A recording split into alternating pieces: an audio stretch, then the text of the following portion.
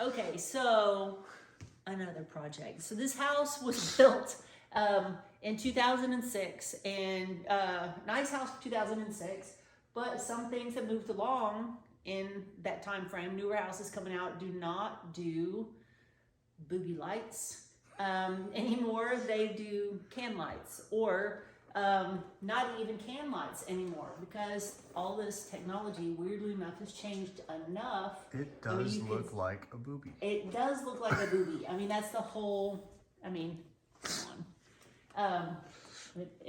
Anyways, there are 6 of these suckers in our house. 2 here and downstairs, main living area, 2 upstairs, 1 in the hallway in front of the half bath and laundry room, and then 1 going into the master bedroom. So what we're doing, because there's not can lights up in there to replace that, what they now have come up with is these fantastic halo lights. So I took the liberty of taking off a boobie light upstairs to see what was underneath it. I wanted to see, had they painted the whole ceiling? Did they not paint the whole ceiling? Because if they painted around that opening instead of around the light, then I'd have had an issue with going with what I wanted to do. So the opening up there is 4 inches. So this LED light will cover that. So it'll look like a can light, but it is not. No can is needed. So if you know, a can light literally is a metal can in the ceiling. This does not have a can to it.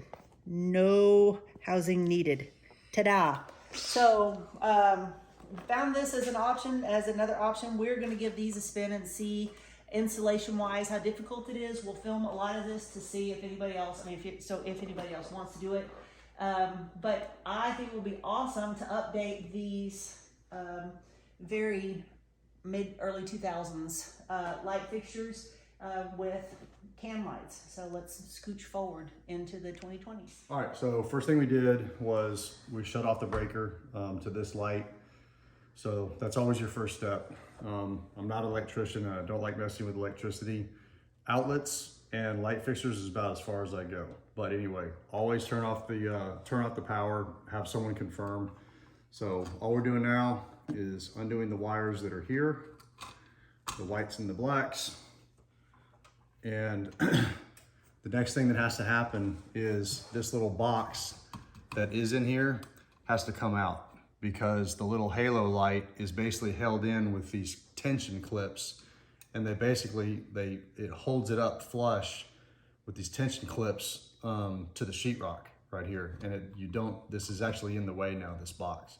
So I gotta get the box out, and I might have to get in the attic to do that, so we'll see.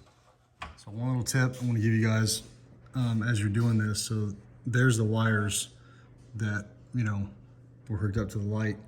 Before you try to get this box out of there, use a flathead or something and pry these openings more open right there, because in these little junction boxes, they're designed to kind of grip these, where they slide in easy, but they don't necessarily slide out very easy. This one looks relatively open right there, so it's not gonna be a problem, but 2 of the others, it was a problem.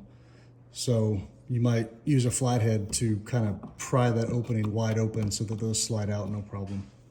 Okay, so to get these junction boxes out, they're either going to be connected, they're either going to be hammered into a 2x4, and if you have attic access, you can just get up there. But for this one, all the lights that we have downstairs, we don't have attic access.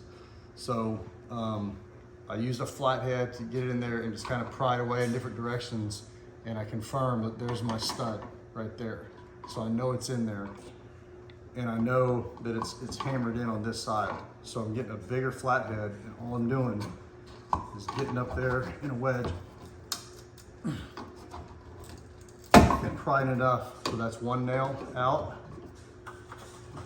There's 1 more nail right here. Just don't pry that way so that you're leveraging on the sheetrock, or you'll damage it. So you have to get between the box and the 2x4. And now it's popped out. So I'm not gonna bring that junction box out this hole because it has like wings on it that prevent it from coming down. So that's why I wanted those holes where the wires go in and out to be loose. So now I can shove these wires all the way through, get them out of the box, and then I'm just gonna shove that junction box over and it's out of the way and I don't worry about it anymore. So that's how you do that. All right, so here's the light. I mean, that's how flat it is. And basically the thickness of the light itself is about the thickness of the sheetrock. And so what happens is you pull these clips back, and you get it up into the ceiling, okay? And the clips hold it tight and flush. So that's how that works, okay? And then, so all we're gonna do now, I got the other junction box out of there. I'll show in a separate part of this video how I did that without having to get into the attic, because some of the lights that we're doing, we don't have attic access. So I had to figure out a way. I want to make sure that we could pull it off and get that junction box out of there without attic access. So all I'm going to do now is the wires that are coming out of the ceiling, the hot, the neutral, and the ground. I'm just going to wire everything together. And there's little ports here. I'm going to pop these out because I got two lines, one coming in and one going to another light. So pop these out. So we've got an input, get everything wired together. The little box closes, and then the box goes in the first. You just kind of tuck it in there. It just sets, it just rests on there. You can mount it if you want to.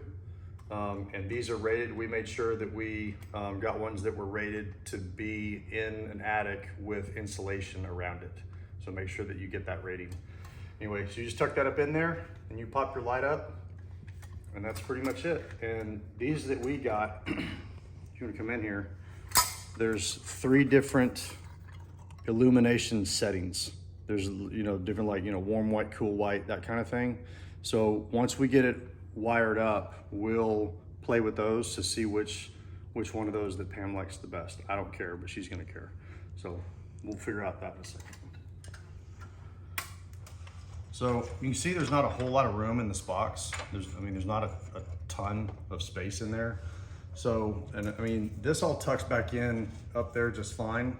But once the wires come out of the sheathing, or whatever you call it, I don't have enough room in that box to bundle all this together with the other wires. So I'm gonna cut these back a little bit and re-strip them, especially this ground. It's over half a foot long. So I'm gonna cut these back just a little bit, re-strip the ends, wire everything together, and then we'll test everything. You don't need to film all this. All right, wiring's done. All 3 neutrals together, all 3 blacks together, all 3 whites together, wire nutted. So the way this little contraption works now is it's basically a little 3-prong plug with a notch.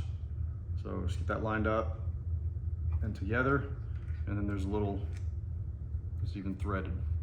So that's gonna hold the guy tight. So all we gotta do now is turn the power back on, and we'll test the light and see which one of these illumination settings that Pam likes. Then we'll turn the power back off so that I can start tucking this in there, because even though everything's properly wired, I still don't want to risk electrocution. So before I start messing with it again, we'll turn the power back off before we wrap it up. All right, so power's back on. The little selector that's in this box for the 3 different light settings, it's in the middle right now. And I'm not gonna stare at it right in my face, but so Pam's kind of looking. I think she already picked the middle one, because when I click all the way over to like the far right, whatever setting that is, there's a label in there, but I'm not gonna read it. That's pretty warm, as in yellow. And then if you go all the way over to the far right, it's that cool white or cold white where it almost looks blue, which I'm not really a fan of. So I think we're gonna go with the middle.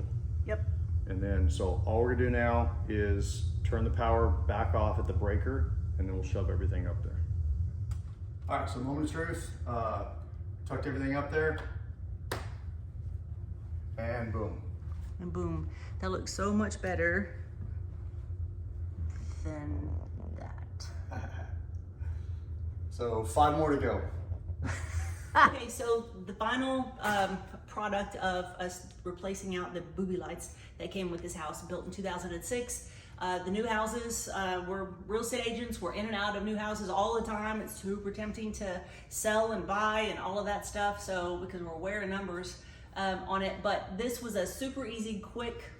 Matt did 6 of these lights, replaced from a regular standard boobie light that was up there, a ceiling hugging light that was up there, and put in, now they look like a can light. It's not a can light. There's no can up in the ceiling here, but he replaced out that technology's come a long way. These are LED lights. They will blind you. And this isn't even the bright color, so the bright white. So there are 2 lights upstairs on the landing, these 2 down here, and then 2 more in little small hallway areas.